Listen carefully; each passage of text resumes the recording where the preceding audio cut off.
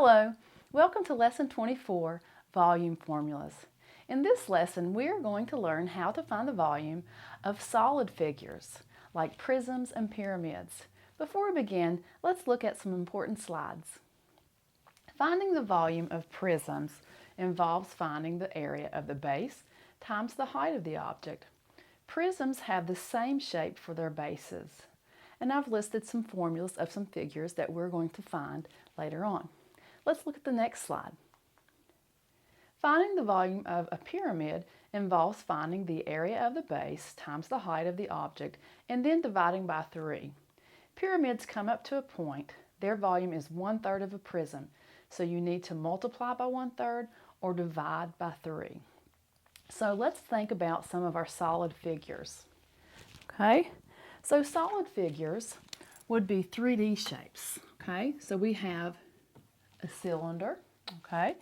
We have a rectangular prism, and notice they have the same bases. They have parallel bases.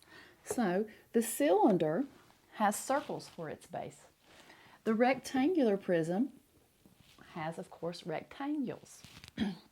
A triangular prism simply has 2 triangles, a triangle for the top base, triangle for the bottom, and notice how I'm drawing them, okay?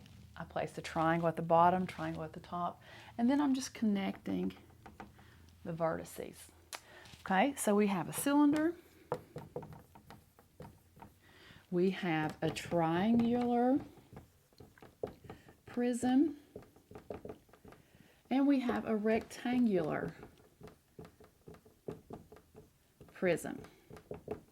Okay, so these are the 3 main figures that I want to talk to you today about finding their volume. So prisms have the same bases. So the volume of a rectangular prism would involve finding the area of the base. Okay, the area of the base would simply be the base times the height. Okay, so we got the base times the height times the height of the whole figure.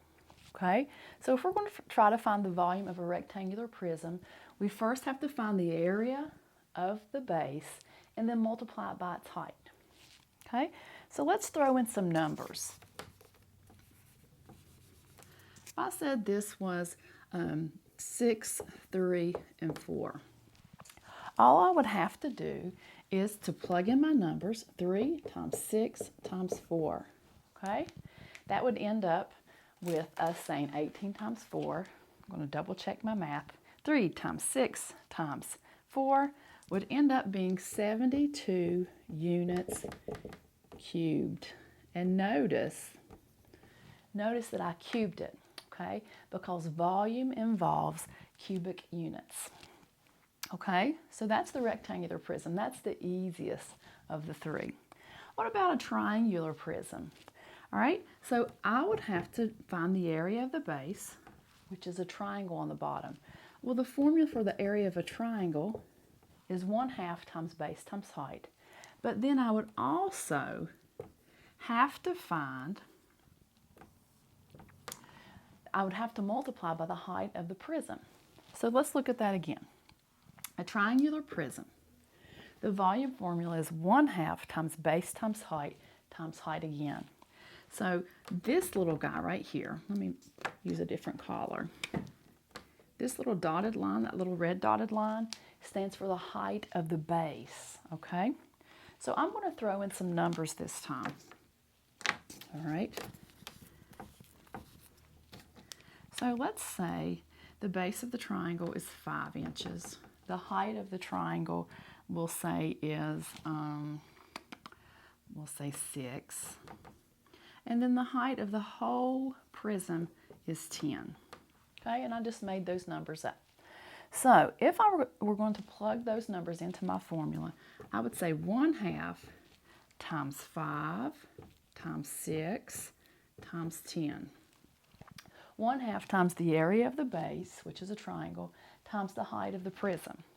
So I'm going to say 1/2 times 5 times 6 times 10, and that would give me 150 cubic units. Okay, now I used 1/2 on my calculator. If you're multiplying by half, that's the same thing as dividing by 2. So I could say 5 times 6 times 10, that would give me 300, and then I would divide by 2 to get 150. Again, remember that your label is the cubic exponent, the raised to the third power. All right, let's look at the cylinder. What shape is on the bottom of a cylinder? It's a circle. And the formula for the area of the circle is pi r squared, okay? Pi being 3.14, but we're going to have to find the height of this figure also, okay? So let's say this is 11 inches tall, okay? Let's say our radius is 4 inches. Let's plug in those numbers into that formula and find the volume of our cylinder. So 3.14 times 4 to the second power times 11. I'm going to stop there for a minute. If they would have given you the diameter, let's pretend the diameter was 10. If they said it was 10, how do you go from the diameter to the radius? You simply take half of it. So the radius would have been 5.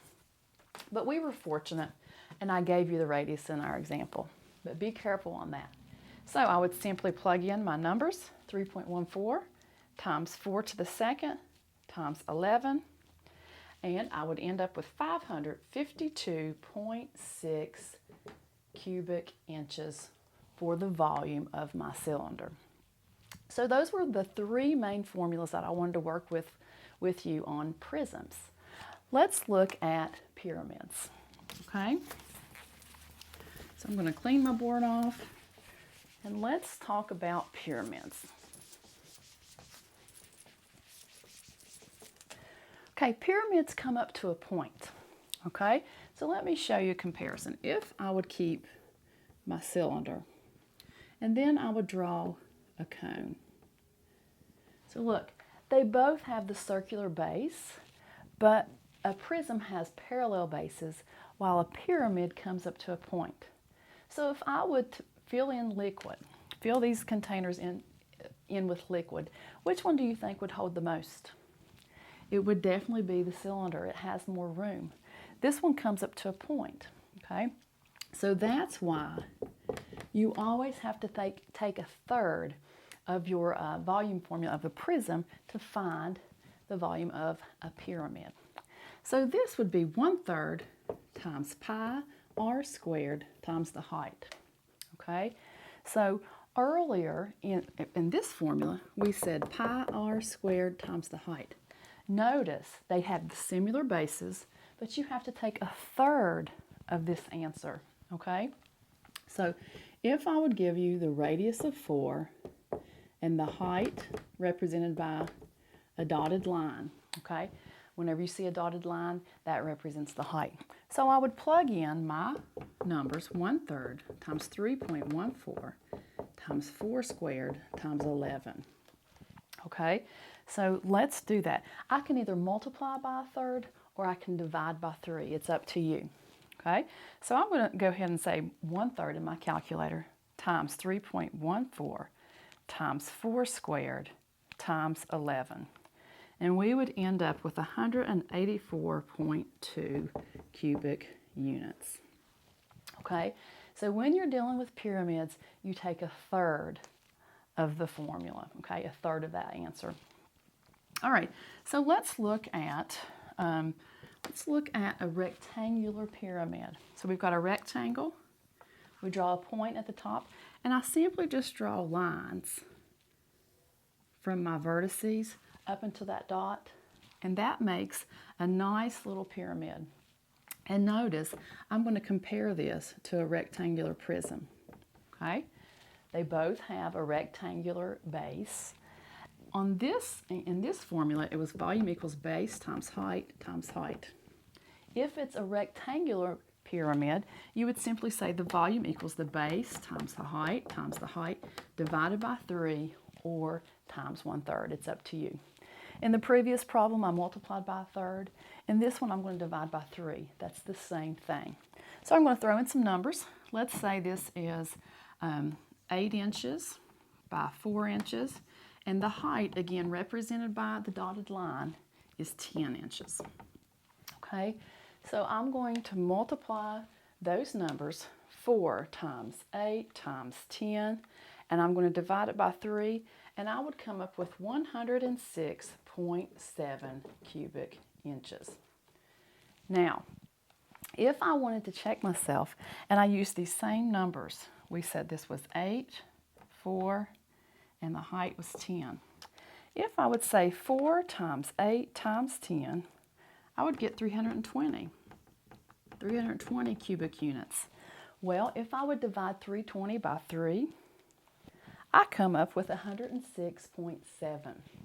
Okay, again, notice that the pyramids are smaller. Their volume is less than a prism's. Okay, again, because it comes up to that point, it loses some room. Okay, so I'm going to clear my board off. We've talked about the cone. We've talked about the rectangular pyramid. Let's do a triangular pyramid. Okay, let's work with a triangular pyramid. Okay, to draw a triangular pyramid, you start off with a triangle. Okay, put a point at the top. Okay, that's sort of like your vanishing point, and draw lines to that point. And you've made yourself a pyramid. Again, the little dotted line represents the height. Okay, so I'm going to compare that to the triangular prism. Notice they both have triangles for their bases. This formula is 1/3 times 1/2 times the base times the height times the height. Okay, again, this part is the area of the triangle, the area of the base. Okay, I'm sorry, let me take that 1/3 off. Jumping ahead of myself. So 1/2 times the base times the height of the whole figure. Now, when it comes up to a point, I have to throw in that 1/3. You would say volume equals 1/3 times 1/2 times the base times the height times the height. Again, you have to take 1/3 of this figure because it comes up to a point. And again, a lot of times my students will like to do this, and they'll just divide the final answer by 3. It's up to you. So I'm going to throw in some numbers. Let's say the height of the prism, of the pyramid, is 12 feet. Okay? The height of the whole, let me do that a little bit better. Okay? Triangular pyramids can be a little bit confusing. And then we'll say the base of this triangle is 9 feet, and the height of the base is, we'll say, 10 feet. Okay? So look at all my numbers. I have the base of the triangle and the height of the triangle, the base, the measurement of the base and the measurement of the height. And then I also have the height of the whole pyramid, okay?